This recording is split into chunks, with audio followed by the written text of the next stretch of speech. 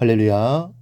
사랑하는 대강의 가족 여러분, 오늘 하루도 하나님의 말씀과 동행하는 삶이 되길 소망합니다. 오늘 함께 나눌 하나님의 말씀은 사도행전 12장 13절에서 19절 말씀입니다. 베드로가 대문을 두드린데 로데라는 여자아이가 영접하러 나왔다가 베드로의 음성인 줄 알고 기뻐하여 문을 미처 열지 못하고 달려들어가 말하되 베드로가 대문 밖에 섰더라 하니 그들이 말하되 내가 미쳤다 하나 여자아이는 힘써 말하되 참말이라 하니 그들이 말하되 그러면 그의 천사라 하더라. 베드로가 문 두드리기를 그치지 아니하니 그들이 문을 열어 베드로를 보고 놀라는지라.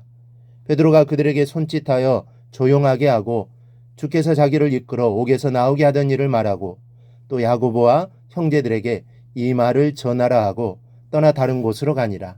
날이 새매 군인들은 베드로가 어떻게 되었는지 알지 못하여 적지 않게 소동하니 헤롯이 그를 찾아도 보지 못하며 파수꾼들을 신문하고 죽이라 명하니라. 헤롯이 유대를 떠나 가이사라로 내려가서 머무니라. 아멘. 이 베드로가 천사들의 도움으로 헤롯의 마술을 벗어나서 한 일은 성도들이 모여 있으리라고 생각되는 마리아의 집을 찾아간 것이었습니다. 오늘 본문에는 그 이후에 베드로의 행적 두 가지가 기록되어 있는데 이 시간은 이 베드로의 행적을 통해서 베드로의 지도자적인 면모를 살펴보고자 합니다.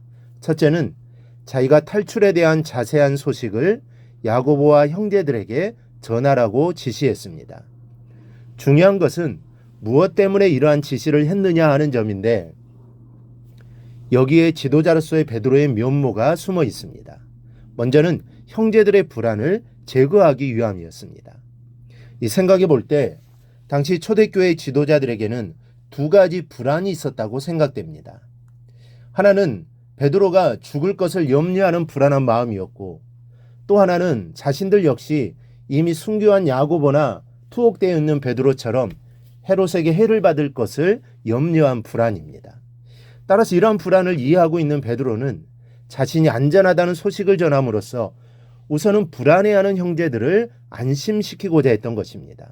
이 적어도 지도자라면 남을 배려하는 이만한 마음 정도는 있어야 합니다. 이 자기만 생각하고 남을 배려할 줄 모르는 속 좁고 이기적인 사람이 지도자의 자리에 앉는다면 어떻게 되겠습니까?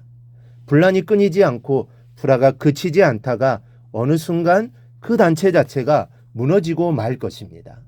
어떤 모임이나 단체이든지 마음이 넓은 사람, 타인을 배려할 줄 아는 사람이 지도하는 위치에 있어야 문제가 없고 평온할 수 있습니다. 그런 의미에서 베드로와 같은 지도자를 둔 초대교회는 이 복받은 교회입니다. 우리 모두도 이러한 사람이 되기를 바랍니다. 나로 인해 가정이 복을 받고 또 교회가 평안하기를 바랍니다. 하나님이 원하시는 것은 평안이지 불화가 아닙니다. 그러니 우리는 늘 평화를 끼치는 삶을 살아야 할 것입니다. 또 하나는 자신이 보호받은 모습을 통해서 형제들이 주의 일에 확신을 얻게 하기 위함입니다. 이 사람의 성향을 가만히 살펴보면 다분히 분위기를 타는 경향이 있습니다. 한 가지 일이 잘 되면 다른 일까지 자신감을 갖고 임하게 돼서 뜻하지 않는 좋은 결과를 낳는 경우가 종종 있습니다. 그런데 반대로 한 가지 일이 잘 안 되었을 경우 그 일 때문에 다른 일까지 영향을 받아서 능력 이하의 결과를 낳고 마는 경우가 종종 있는 것이 사실입니다.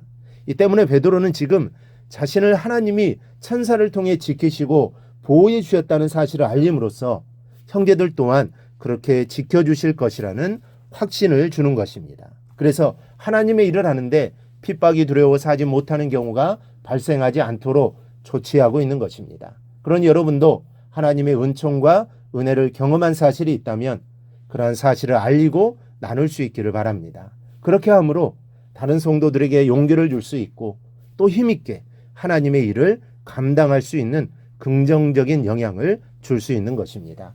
둘째는 그곳을 떠나 다른 곳으로 갔습니다.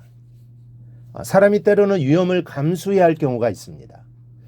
차라리 그 자리에서 칼을 물고 죽을지라도 피해서는 안 되는 자리가 있는 것입니다. 그래서 자고로 죽을 자리를 아는 자가 영웅이라고 했습니다.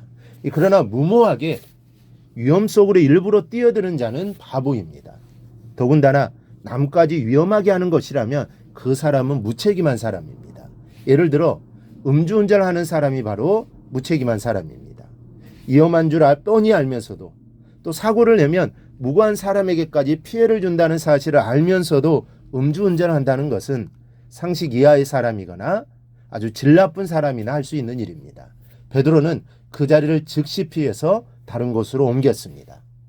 자신이 탈출 소식이 드러나면 자신을 잡기 위해 수색을 할 것이고 그렇게 되면 잘 알려진 곳부터 수색할 것이기 때문에 그러한 곳을 떠나 자신이 안전하게 숨음으로써 여러 사람이 안전하게 지낼 수 있기 때문입니다. 지도자에게는 이런 지혜가 있어야 합니다. 무조건 앞장서는 것만이 능사가 아닙니다. 때로는 뒤로 물러날 줄 아는 지혜도 갖추어야 합니다. 그래야 믿고 따르는 사람들이 피곤하지 않습니다. 이 교회도 마찬가지고 가정도 마찬가지입니다. 우리 모두가 베드로의 이와 같은 모습을 담기를 원합니다. 우리가 모두 다른 사람을 배려할 줄 알고 또 격려할 줄 알며 나아갈 때 또 물러날 때를 아는 지혜를 갖춘다면 우리 교회가 든든히 서게 될 것입니다.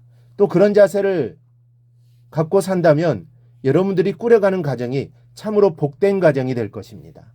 당장은 어려움이 있고 문제가 있을지라도 머지않은 장래에 반드시 극복할 수 있을 것임을 확신합니다. 내가 베드로가 되라고 하기보다는 내가 베드로가 되어 교회를 이끌어가는 성도들이 되시기를 바랍니다. 내가 먼저 행하여 본이 되는 성도들이 되시기를 바랍니다. 그렇게 되기를 바라는 성도들에게 베드로를 지켜주시고 보호하신 하나님의 은총이 함께할 것입니다. 이런 은총이 오늘 말씀을 듣는 우리 모두에게 임하기를 주님의 이름으로 축원합니다. 오늘 묵상한 말씀을 굳게 잡고 삶으로 실천하며 살아내는 대강의 모든 성도들이 되기를 축복합니다.